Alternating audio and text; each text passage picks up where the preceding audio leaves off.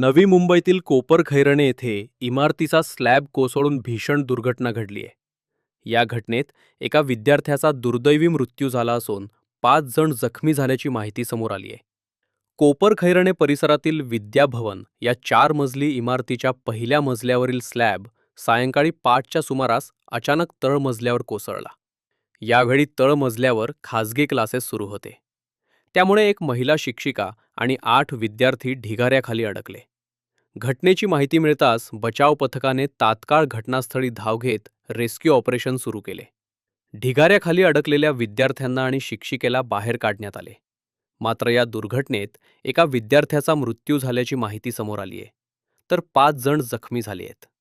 दरम्यान घटना घडल्यानंतर तब्बल 2 तासांनी नवी मुंबई महानगरपालिकेचे आयुक्त कैलास शिंदे घटनास्थळी पोहोचल्याने स्थानिक नागरिक संतप्त झाले. रहिवाशांनी आयुक्तांना घेराव घालत तीव्र नाराजी व्यक्त केली आणि प्रशासनाला जाब विचारला.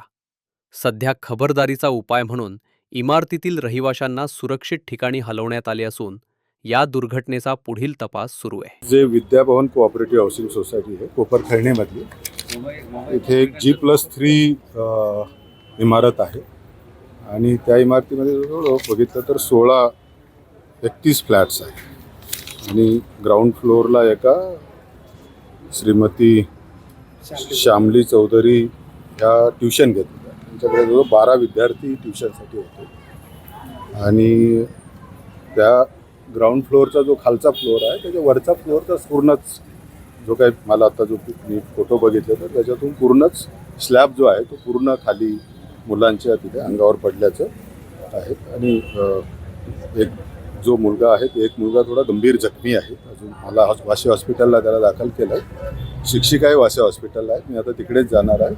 बाकीची जी आहेत ती लायन्स हॉस्पिटलला 2 आहेत, शिक्षण हॉस्पिटलला आहे, अपेक्स हॉस्पिटलला काही नेले होते, परंतु त्याच्यामध्ये असे काही गंभीर त्यांचं नाही आहेत अशी माहिती आता मिळाली. हॉस्पिटलला गेल्यानंतर एक्झॅक्टली त्याचं मला पण माहिती मिळेल याच्यामध्ये. पण एक मुलगा मात्र गंभीर जखमी आहे अशी माहिती आहे. मी वाशी हॉस्पिटलला गेल्यानंतर मला नेमकी ती माहिती होईल. 1998मध्ये त्यांनी OC घेतली असं दिसतं आहे, असं बिल्डिंगचे सेक्रेटरी आता सांगत होते. जवळजवळ बघितलं तर 27-28 वर्षाची इमारत आहे. बाहेरून त्याचं हे झालेलं आहे आणि ऑथराईज बिल्डिंगमधली आहे ती, काही अनऑथराईज बिल्डिंग असं काही नाही आहे. पण आता याच्यानंतर आम्ही बिल्डिंगचं स्ट्रक्चरल ऑडिट वगैरे ते करूया, याच्यामध्ये त्यांनाही सांगू आणि हे विद्यार्थ्यांच्या सध्या ट्रीटमेंटची यांची याची व्यवस्था करणं हे प्राधान्याने ते काम करू.